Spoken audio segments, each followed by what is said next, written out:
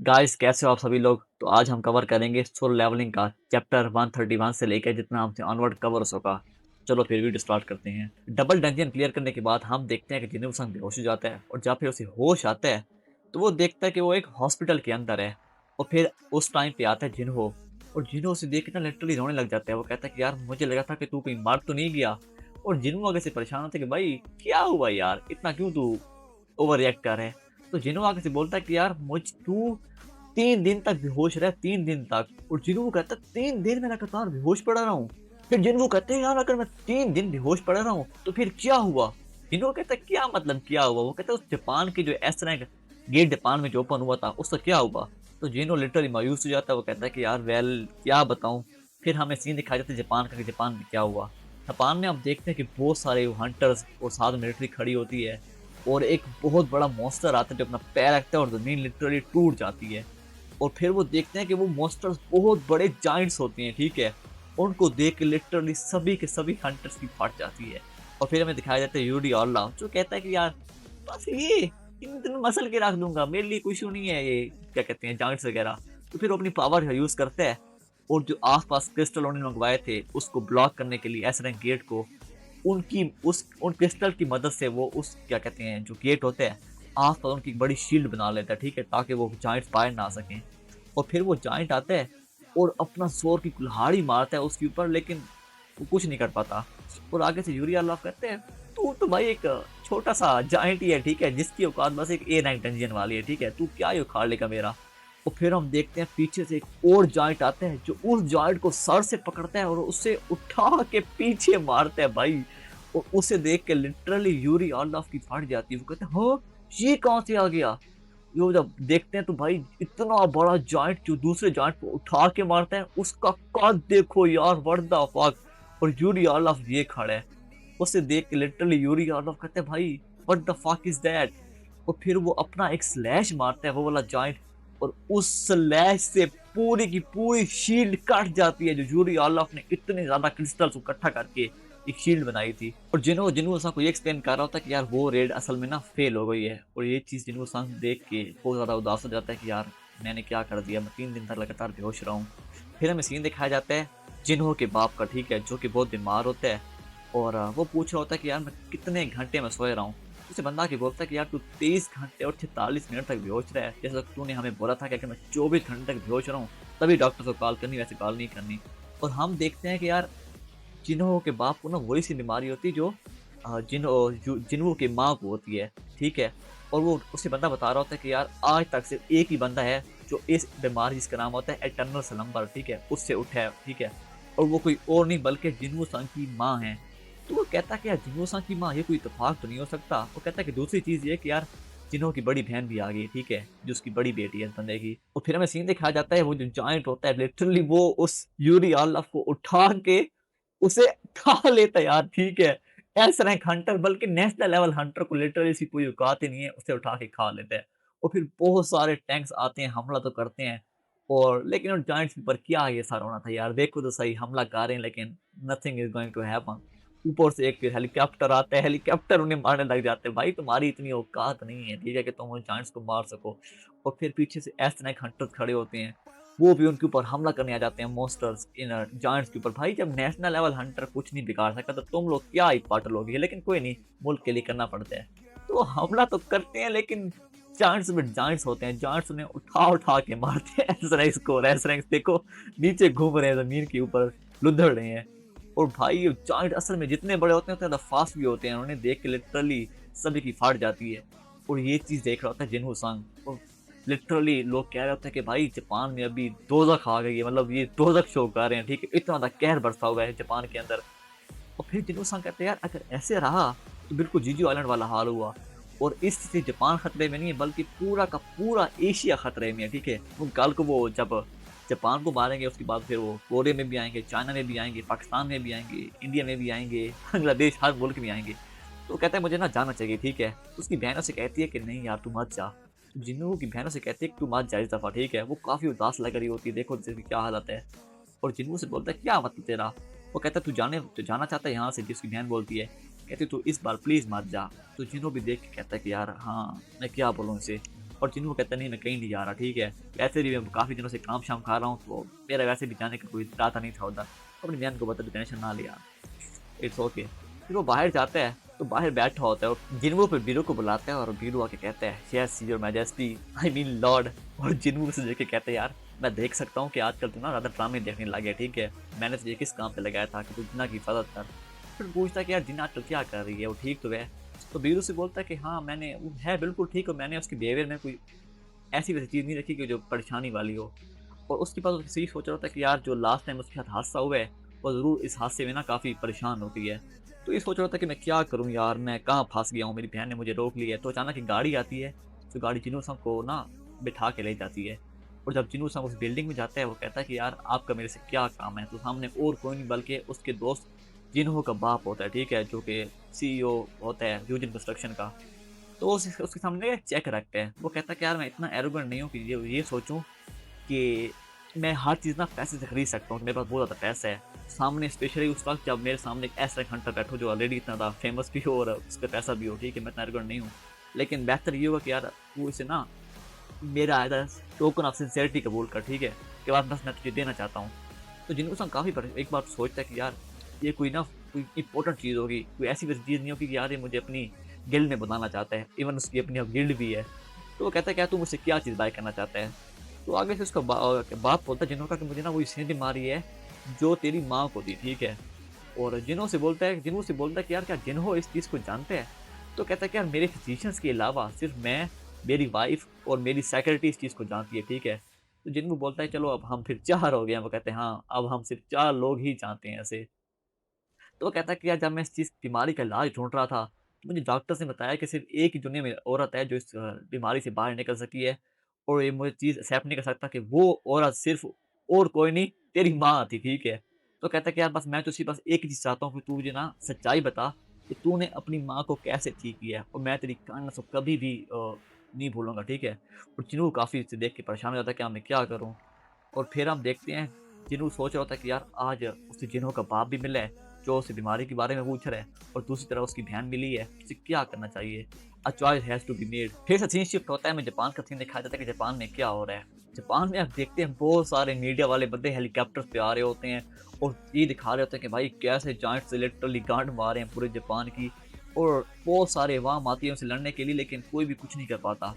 और एक बहुत बड़ा जान लिटरली उस एस रैंक गेट के सामने आके बैठा होता है। वो कहता है कि यार ये कोई मशीन तो नहीं है जो मूव भी नहीं कर रही, वो इतना बड़ा जायंट जो किसी पे हमला भी नहीं कर रहा, बस बैठे हैं खामखा। और इसका ऑरा चेक करो यार, लिटरली हाथ में इसकी तलवार है और ऐसे हेड है बिल्कुल इटाची उचिया की तरह, इटाची उचिया की तरह तो नहीं। वो कहता है it's my personal opinion that one doesn't feel like, ये बंदा मुझे जायंट में जिंदा नहीं दिखाई दे रहा, ठीक है, बस मशीन नहीं लग रहा है। वो काफ़ी ज़्यादा हंटर्स भी दिखा रहे होते हैं कि भाई इतनी ज़्यादा तबाही मची हुई है। और फिर हम देखते हैं सीन जब शिफ्ट होता है और जिन्हों के ऊपर, जिन्हों से बोलता है कि जिन्हों को कि यार तू जापान जाना चाहता है, तू क्या कह रहा है। और जिन्हों सामने बैठा होता है कि यार, वो जिन्हों से बोलता है कि यार तूने न्यूज़ नहीं सुनी, ये जीजू आनंद की तरह नहीं है। इस दफ़ा के जो मॉन्स्टर्स हैं, जो जाइंट्स हैं, बहुत ही ज़्यादा खतरनाक हैं और नॉर्मल नहीं है, ठीक है। और जिन्हों कहता है कि यार अगर सोच मैंने उसको रेट को क्लियर कर दिया तो मेरा कितना नाम बन जाएगा हमारी गिल्ड का। जिन्हों कहता है फिर भी यार ये काफ़ी खतरनाक है। जिन्हों ये सोच रहा होता है कि यार देखो इस दफ़ा वो इंसान जिसने मुझ पे हमेशा यकीन किया, जिन्हों चाहे जो मर्जी डिजास्टर हो, वो भी इस दफा परेशान हो रहा है। तो जिन्हों से ये नहीं कहता कि तू रोक, वो कहता है अगर ऐसी बात है तो मैं भी तेरे साथ चलूंगा और जिन्हों बोलते हैं उससे कि यार 2 मिनट पहले तो तेरी गांड फटी हुई थी कि मैं ना जाऊं उधर, तो अब तुझे क्या हो गया है। तो वो कहता है यार जो रेड गेट इंसिडेंट हुआ था, जो जीजे आइलैंड रेड हुआ था, और जो अभी रिसेंटली हुआ है डबल डंजन का इंसिडेंट, उनमें एक चीज कॉमन है। ये पता है वो क्या चीज है। जिन्हों बोलते हैं व्हाट द फक, मुझे कैसे पता होगा आगे से कहता है कि उस सभी रेट के अंदर मैं नहीं था यार, और मेरी बस एक ही ख्वाहिश है कि मैं तेरे बगल में खड़ा रहूं और लोग मुझे जाने कि मैं तेरा भाई हूँ, ठीक है और तू ही मेरा यहाँ क्या कहते हैं सोर्स ऑफ प्राइड है। और जिन्हों कहता है कि यार मैंने कभी ये चीज एक्सपेक्ट नहीं की थी, वो भी एक बिलीनियर के साथ से, ठीक है। तो इसीलिए जिन्हों से बोलता है कि मुझे भी अपने साथ लेके जा, और जिन्हों बोलता है कि यार अभी 2 मिनट पहले तू मेरे जाने के खिलाफ था। और जिन्हों बोलता है आई ट्रस्ट यू, मैं तुझ पे यकीन करता हूँ, मुझे पता है कि अगर मैं तेरे साथ रहा तो तू सेफ रहा तो मैं भी सेफ रहूंगा। लिटरली यार ये चीज सुन के जिन्हों शॉक हो जाता है, और जिन्हों फिर एक स्माइल देता है। यार जब भी मैं इस बंदे की स्माइल देखता हूँ, लिटरली यार मेरे मुंह पे स्माइल आ जाती है। बहुत रेयर स्माइल लेता है, तो मतलब एक ना दिल बाग बाग हो जाता है यार इसकी स्माइल देख के। और फिर वो कहता है कि यार मैं को पागल हूँ, ठीक है, जो इतनी रात को जापान जाऊँगा, मैं तेरे साथ मज़ाक कर रहा था, ठीक है, हट दफ़ा हो। कहता है मैं घर जा रहा हूँ, ठीक है, तू भी अपने घर जा। और जिन्हों से एक चीज़ समझ आता है कि यार कुछ ना कुछ इसका गड़बड़ है। जिन्हों संग जब बाहर आता है, तो ये कहता है कि यार दुनिया में ना और भी बहुत ज़्यादा लोग हैं, ठीक है, जो मुझसे ज़्यादा ताकतवर हैं और मैंने कोई ठेका-शेका नहीं ले रखा कि सबको मैं बचाऊँ, ठीक है, मेरी अपनी फैमिली भी है।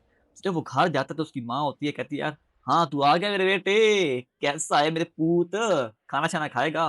तो फिर वो खाने पे बैठते हैं, तो वो पूछता है कि यार मेरी बहन किधर है? ठीक है, जिन्ना किधर है? तो उसकी माँ कहती है कि यार उसने बोला कि तुझे भूख नहीं है। तो फिर सीन दिखाया जाता है जिन्नो के बाप का। तो जिन्नो उसे मना कर देता है कि आई एम सॉरी, मैं क्या कहते हैं, मैं तेरे लिए भी ऐसा मेरे पास कुछ भी नहीं है कि मैं तेरी हेल्प कर सकूँ, ठीक है? तो वो आगे से कहता है कि यार फिर तूने अपनी माँ को कैसे रिकवर किया? जिन्नो से बोलता है यार चेयरमैन, अगर मुझे पता होता सच में कि उसे कैसे ठीक करना, तो मैं आपको कब का ये चीज़ बता देता, ठीक है? इतनी बड़ी ऑफ़र कोई भी नहीं ठुकराता। तो जिन्हों कहता है कि यार मैं यहाँ से जाता हूँ, तो आई एम सॉरी मैं आपकी मदद नहीं कर सकता, तो यहाँ से सीन शिफ्ट होता है। जिन्हों संग फिर खड़ा होता है लिफ्ट के नीचे, जिन्हों संग ना दीवार पे टेक लगाता है और कहता है कि यार वो था तो जिन्हों का बाप, लेकिन मैं यार उसे पर्सनली नहीं जानता, ठीक है? और मुझे ये भी नहीं पता कि उसे वाक़ई में वो बीमारी है या नहीं है। मैं ये भी नहीं जानता कि वो बंदा अच्छा भी है या नहीं है, मतलब कोई कैसा बंदा है, ठीक है? और कहता है कि यार जो होली वाटर ऑफ लाइफ है वो मेरे पास 3 ही बचे हैं, तो मुझे सियाना होके इन्हें इनको यूज़ करना पड़ेगा, ठीक है? वाइज़ली यूज़ करना पड़ेगा। जिन्हों उस ऑफ़र के बारे में सोच रहा होता है कि उसकी ऑफ़र बहुत अच्छी थी, लेकिन उसके दिल को वो ऑफ़र छुई नहीं। तो वो यही खाना खा रहा होता है और अपनी माँ को बोलता है कि मैं ना बहुत जल्द वापस आ जाऊँगा। वो ये सोच रहा होता है कि यार इस दुनिया में मुझसे भी ज़्यादा खतरनाक और ताकतवर लोग हैं, जब तक मेरी ग्रोथ रुकती नहीं है, मुझे ताकतवर बनते ही रहना होगा। और फिर उसकी माँ कहती है कि तेरा बाप भी ना हमेशा जल्दी में होता था, जब किसी को उसकी ज़रूरत होती थी। मैं तेरा खाना-शाना पैक कर दूँगी, तो तू टेंशन ना ले। और फिर हम देखते हैं जिन्हों की बहन जो कि अंदर सोई पड़ी होती है और वो ना फिर मुँह पे चादर कर लेती है और फिर जिन्हों संग अंदर जाता है, वो कहता है कि जिन्ना तू सोई हुई है? और जिन्ना बोलती नहीं मैंने वो हाँ, मैं सोई हुई हूँ, ठीक है। वो कहता है हमें ना बात करनी होगी, ठीक है। तो वो उससे बात कर रहा होता है कि यार मैं कहाँ से स्टार्ट करूँ? कहता है मैं ना तकरीबन मार ही चुका था। और फिर वो कहता है हाँ, नहीं, नहीं, नहीं, नहीं, नहीं, नहीं। मेरा मतलब कि मैं हर दफ़ा ही मार जाता हूँ तकरीबन, लेकिन इस दफ़ा हालात ज़्यादा ख़राब हो गए थे और वाक़ई मेरी गाँठ फट गई थी। और फिर बोलता है कि यार टेंशन ना ले, मैं जा रहा हूँ और मैं वापस ज़िंदा आऊँगा जिस तरह मैं हमेशा आता हूँ।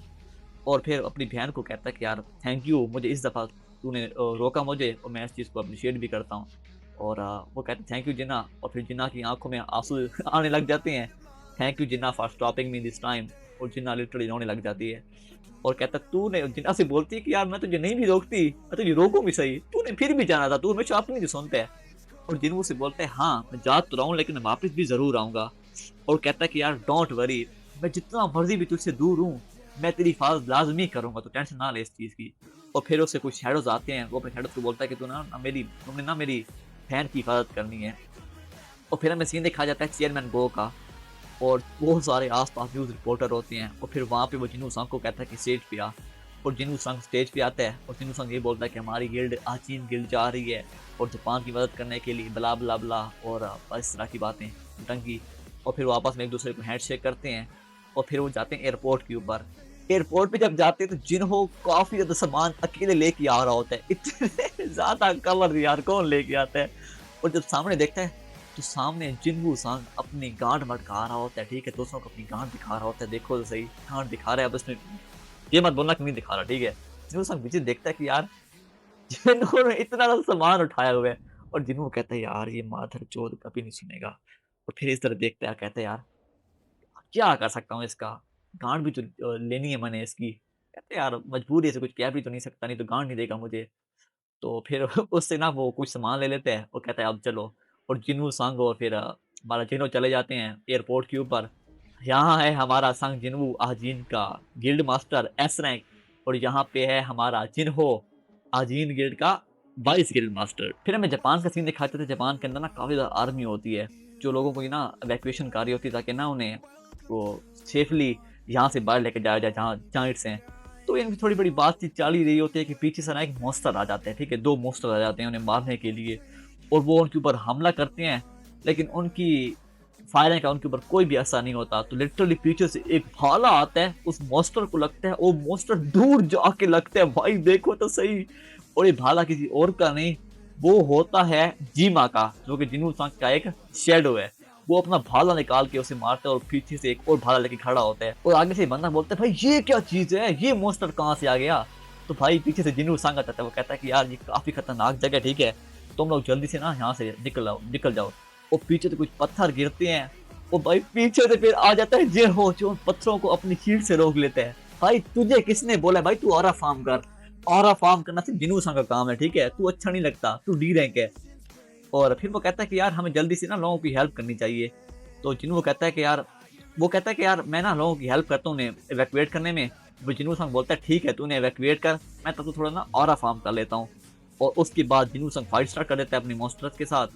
और फिर यहाँ पे हमें जीमा का सीन दिखाया जाता है, जीमा जो अपना ना एक भाला लेके आता है और इस मॉन्स्टर को भाला दे मारता है अपना। यार लिटरली देखो तो सही, वो मारता नहीं है, उस मॉन्स्टर को जहाँ घसीट घसीट के लेके जाते हैं। जीमा इतना ताकतवर है, जो रिसेंटली अभी जिन्नू सांग ने एक रेड में तो इसे राइज किया था। और फिर हमें दिखाया जिन्नू सांग उसके ऊपर से भाग के आता है और एक मॉन्स्टर के ऊपर हमला कर देते हैं। लिटरली उस मॉन्स्टर को वो बीच से ही काट देते हैं। और फिर हमें ईस्ट अमेरिका का सीन दिखाया जाता है, जहाँ पे लोग बोल रहे होते हैं कि भाई जिन्नू सांग जापान चला गया है, ये क्या हुआ। और फिर हमें कुछ हंटर्स दिखाए जाते हैं जो ये बोल रहे होते हैं कि यार मिसेस सेलर, वो जो हंटर अपग्रेड कर रही थी जिन्नू सांग की शक्तियाँ, ठीक है पावर्स, तो कहता है कि वो अपग्रेड नहीं कर पाई, ये क्या हुआ। तो ये चीज़ सोच ही रहे होते हैं कि यार हर हंटर की ना एक एबिलिटी होती है, वो कभी भी उससे बढ़ता नहीं है, लेकिन हमने मिसेस सेलेना की मदद से ना अपनी एबिलिटीज को बढ़ाया है। तो ये बंदा बोल रहा था कि यार वो तो सुना है रीअवेकन हुआ है, ये must be proud of his powers. तो एक बात चल ही रही होती है कि यार, ये बंदा बोलता है कि यार उसे लगता है कि यार इंसेक्ट्स और जायंट्स सेम लेवल के ऊपर है, ठीक है उससे नहीं पता कि वो किस मुश्किल में फंसने जा रहा है। जिन्नू सांग अपने आप को बहुत बड़ी तोप समझता है। तो ये बातें कर ही रहे होते हैं कि यार, एक बंदा बोलता है कि मैं अपना ना एक यास्टर लगाऊंगा, ठीक है वो एक दिन में मार जाएगा। यास्टर होता है यार अपनी बहरी जहाज नहीं होते, वो लग्जरी टाइप, उनकी बात कर रहा है। और एक बंदा बोलता है मैं अपना घर लगाऊंगा कि वो 2 दिन में मार जाएंगे।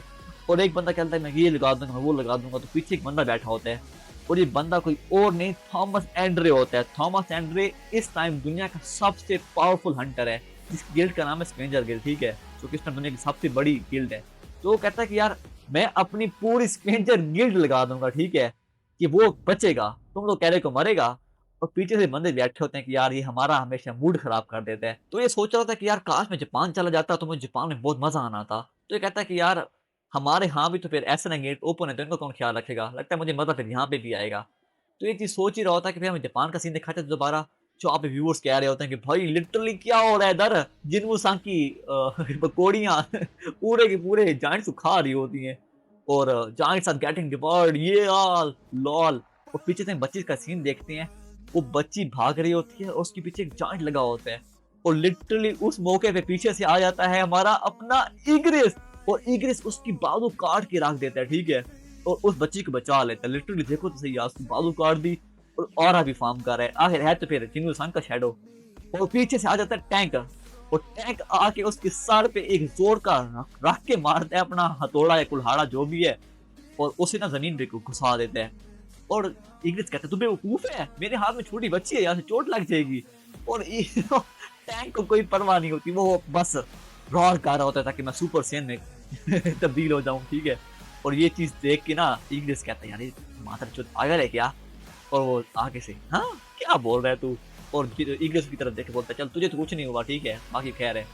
और ये चीज जिन्नू सोच रहा होता है कि यार जब से टैंक की पावर बढ़ी है वो बिल्कुल पागल ही हो गया है। और पीछे से शैडो सोल्जर आता है, वो उससे कहता है कि यार थैंक यू हमारी मदद करने के लिए। और जिन्नू सांग से बोलता है गुड सोल्जर, ब्रेव सोल्जर, क्योंकि जिन्नू सांग को ना वो नहीं आती कोरियन लैंग्वेज। उन्होंने कहता है गुड गुड तुम बहुत बहादुर हो। और बस ये बात चल ही रही होती है कि पीछे से ना जिन्हो आ जाता है, और जिन्हो कहता है कि ना हमने अब वैकेशन कंप्लीट कर ली है तो अब जाओ यहाँ से हम चलते हैं। और फिर जिन्नू सांग बोलता है कि यार अब असली टाइम शुरू हुआ है कि मैं अपनी असल फॉर्म में आऊंगा। अब तो मैं सोचता ना गर्म हो रहा था, ठीक है। और उसके बाद जिन्नू सांग कहता है अराइज, और भाई जितने भी सामने जायंट्स पड़े होते हैं उन सबको अराइज कर लेते हैं उसी मौके पे, और कहते हैं अब असल जंग स्टार्ट होगी। फिर हमें सीन दिखाया जाता है जापान का, जहाँ पे लोग बोल रहे होते हैं कि भाई हम सिटी को दोबारा अपने कब्जे में ले रहे हैं। और ये चीज़ देख के लिटरली ये बंदा बहुत शॉक हो जाता है। ये एक्चुअल में है जापान की हंटर एसोसिएशन नहीं है, उसका हेड है, और बिल्कुल सेम चेयरमैन गो की तरह। तो ये कह रहा था कि यार गो टू रॉन्ग नहीं था, जब मैंने इसकी आंखों को फर्स्ट टाइम देखा था मैं उसी टाइम भी समझ गया, ठीक है। मैंने जिंदगी में बहुत सारे हंटर्स देखे हैं, लेकिन जिन्नू सांग का ऑरा एक अलग ही लेवल पे था, ठीक है। वो जिन्नू सांग को देख के लिटरली इतना शॉक हो गया था। वो कहता है कि यार उस बंदे का कोई मुकाबला नहीं है। तो जब वो जिनू संग से बोलता है तो उसे बोलता है कि यार नाइस टू मीट यू और मेरी डार्कनेस को वाला बला बला बला इस तरह की बातें कर रहा होता है। वो उसे बोलता है कि यार जो जायंट्स हैं वो अभी ओसाका की तरफ जा रहे हैं, ओसाका उनका एक सिटी है, तो बेहतर ये होगा कि तू ना अभी ओसाका जा और वहां पे तू उनको ना मार या एटलीस्ट डिफेंड कर। तो जिनू संग को बड़बड़ाए हुए होते हैं ब्ला ब्ला ब्ला ब्ला वाला। तो जिनू संग बोलता है कि यार मैं तुम्हारी बात से इनकार करता हूँ। तो वो आकर से हैरान हो जाते हैं कि भाई क्या मतलब, तू के पूरे जायंट्स को अकेला ही मारना चाहता है। तो कहता है तुम्हारा प्लान क्या है। तो ये प्लान होता है कि यार उसे यकीन नहीं हो रहा था कि यार उसने ये बोला कि वो सभी के सभी जायंट्स को अकेला ही हराएगा। कैसे एक बंदा इतने बड़े ज्यादा जायंट्स को अकेले ही हरा सकता है। और फिर सीन शिफ्ट होता है जिनू संग के ऊपर। जिनू संग थोड़ा परेशान होता है क्योंकि हमें पता है जिनू संग की कमजोरी क्या है। जिनू संग कहता है हाँ ये क्या बोल रहे हो। और ऊपर से हमें शैडो सोल्जर की आंख दिखाई जाती है। कहता तो क्या, वो आगे से एक शैडो हंस रहा होता है और वो सारे शैडो सामने खड़े होते हैं। जिनू संग कहता है हाँ यार क्या बोलूं। अब इतने ज्यादा शैडोज आ जाते हैं और सभी शैडोज खड़े होते हैं कि भाई हमें नाम दे। और जिनू संग को वैसे भी नाम याद करने में बहुत मसले होते हैं और नाम रखने भी नहीं आते उसे। तो कहते हैं यार ऐसी बात है तो मैं तुम्हें नाम दूंगा, number 1, number 2, number 3, number 4, number 5, number 6, number 14, number 15 जो भी है। तो आगे से बोलते हैं माई किंग। फिर जिन वहां पे बीरू आता है। बीरू कहता है माई किंग मैंने एक और दुश्मन को मार गिराया ठीक है। तो जिन वो बोलता है हाँ शाबाश। और फिर वो जिनो को बोलता है कि जा तू सो जा ठीक है, मैं थोड़ा लेट सोऊंगा। तो जिनो कहता है ठीक है मैं सोता हूँ। तो वो कहता है कि अब तक तो सब कुछ बड़ा इजी जा रहा था लेकिन अब असल चीज स्टार्ट होगी क्योंकि अब वो बॉस वाली तरफ जा रहा है ठीक है आगे। और पीछे तो हम देखते हैं टास्क भाई लिटरली मॉन्स्टर्स को मार रहा होता है और पीछे से ये टैंक और सारे लिटरली नोच के खा रहे हैं। और बाकी हंटर्स भी ला रहे हैं लेकिन हंटर्स की कोई औकात नहीं क्योंकि सारे शैडो सोल्जर्स हम मार रहे हैं अभी तक जांट्स को। तो फिर हमें सीन दिखाया जाता है कि यार जापान में जाहिर सी बात है अब इतना बड़ा ऐसा रैंक गेट खोले है तो लोगों का फोकस उसके ऊपर था और सारे जाइंट बाहर आ गए हैं। जो दूसरे गेट्स खुले थे उन गेट्स को बंद करने वाला अभी कोई भी नहीं जापान के अंदर। तो जिन्हों ये बोल रहा था कि असल मसला तो बाकी गेट्स भी हैं कि वहां से भी दूसरे मॉन्स्टर्स आ रहे हैं। तो एट अ टाइम जिन्हों एस रैंक गेट के अलावा दूसरे जितने भी गेट्स हैं ए रैंक बी रैंक सभी गेट्स को क्लियर कर रहे हैं ठीक है, सारे ब्रेक हो गए हैं। तो फिर मशीन दिखाया जाता है जिन्हों और जिन्हों खड़े होते हैं सामने और जिन्हों से बोल रहा था कि यार पूरा का पूरा जापान तबाह हो गया ठीक है सिटी देखो क्या हालत हो गई है। और फिर वहाँ पे लड़की आती है जो ट्रांसलेटर होती है जो जैपनीज और कोरियन की। तो कहते हैं कि मैं यहाँ पे आ गई हूँ ब्ला ब्ला ब्ला। लड़की जिन्हों को बोलते हैं कि यार हमारे पास इतने ज्यादा अच्छे रैंकर्स नहीं थे जो हम जापान को बचा सके लेकिन थैंक्स टू यू कि तूने ना सभी जायंट्स को मार दिए। एक तो जायंट्स हैं जो यहाँ से भाग के चले गए लेकिन जो बाकी जायंट्स बचे हैं उन्हें तेरे शैडोज मार रहे हैं या वो ऑलरेडी मार चुके हैं। जिनको बोलता है ठीक है अगर सारे मार चुके हैं तो फिर एक ही बंदा जो बच गया है एक ही जायंट तो ये जायंट है जिसने यूरी अल्लाह की गांड मारी थी ठीक है। जिन्हों कहता है अब इससे लड़ाई करने का टाइम आ गया है। फिर जिन्हों जब सामने देखता है तो सामने ना तबाही मची होती है पूरे के पूरे सिटी में। तो वो कहता है मैंने ये सीन कहीं ना कहीं तो देखा है। फिर उसे याद आता है जब वो फ्रांस लड़ने नहीं गया था तो वहाँ पे हर तरफ आग लगी हुई थी उस सिटी के अंदर। तो जब वो डीमन कैसल में गया था कहता है मैंने चीज़ वहाँ पे देखी थी। तो फिर कहता है कि यार जो हमारा सिस्टम था वो उस चीज़ से क्या शो करना चाहता था कि ये हमारा फ्यूचर है। तो अगर ऐसा फ्यूचर है मतलब वो कहता है आर्किटेक्ट अब तो चला गया है लेकिन अभी तक उसने मेरे साथ प्रोटेक्ट वगैरह नहीं किया। मे भी पॉसिबल कि यार उसकी जो बॉडी थी वो रियल बॉडी थी और वो साथ में मार चुके हैं। मैं क्या कर सकता हूँ। कहता है even the demon castle did show me the future. क्या उसने मुझे फ्यूचर शो कराया है लेकिन मैं उस फ्यूचर को रोकूंगा और इसी के लिए तो मैं तैयारी कर रहा हूँ इतनी ज्यादा। वो ये कहता है कि यार मेरा यहाँ आने का मकसद यही था कि मैं इन सभी जायंट्स को मारूं अपनी आर्मी को बढ़ाऊं और ऐसी पावर अपनी पावर उस लेवल तक लेके जाऊं जिससे कोई मेरा मुकाबला ना कर सके। तो लड़की आती है और कहती है कि यार जिन्हों से बोलता है क्या लगता है कि हम सारे ना रेडी हैं। लड़की कहती है कि यार अभी तक ना हमारे हंटर्स नहीं आए। जिन्हों बोलता है कि नहीं वो आ चुके हैं ठीक है तू तरह महसूस कर उन्हें। दूसरी तरफ हम देखते हैं जो हंटर्स होते हैं जापान के वो भी आ चुके होते हैं और एक लड़की काफी ज्यादा परेशान और तंग होती है कि यार ये बकवास है। और आगे से ये बोलता है कि यार एटलीस्ट तू पॉजिटिव होके तो सोच हम जिंदा तो हैं बाकी लोग सारे मारे गए हैं। वो कहती है हाँ हाँ ठीक है लेकिन लिटरली मैं अपनी बेइज्जती महसूस कर रही हूँ कि जो जायंट्स जो शैडो सोल्जर हैं वो सारे के सारे जायंट्स को मार रहे हैं और जो बच रहे हैं हम उनको मार रहे हैं। वो बस समर्स को गालियां दे रही होती है ठीक है और सामने उसके समर्स खड़े होते हैं जिन्हों सांग के जो ये सोच रहे होते हैं अगर हमें जिन्हों सांग नहीं कहता तो मैं लिटरली ऐसे की भी गांड मार देता। ये सारे हंटर्स अभी सोच रहे हैं शैडो सोल्जर्स ठीक है।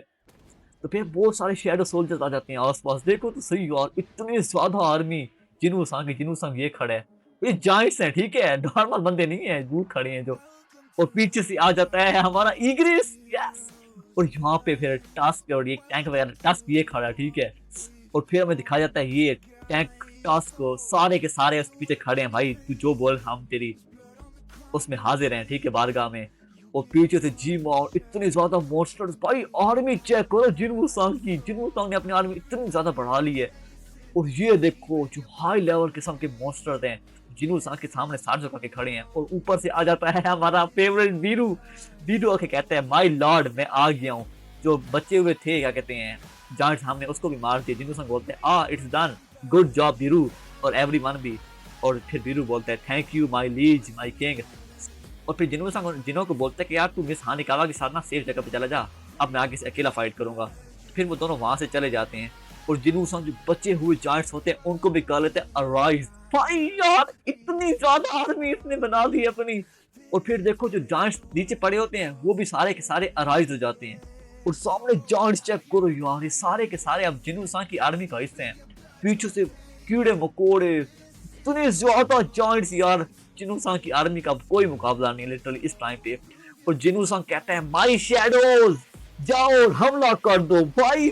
तो गाइस आज की वीडियो बस इतनी ही थी। उम्मीद करता हूँ कि आपको मेरी वीडियो अच्छी लगी होगी। अगर आप लोगों को इसका नेक्स्ट पार्ट चाहिए तो कमेंट कर देना, मैं इसका नेक्स्ट पार्ट भी बना दूंगा। तो आज का एपिसोड काफी अच्छा था, अब आगे देखो यार क्या क्या होगा, ठीक है। तो will see you in the next video, bye.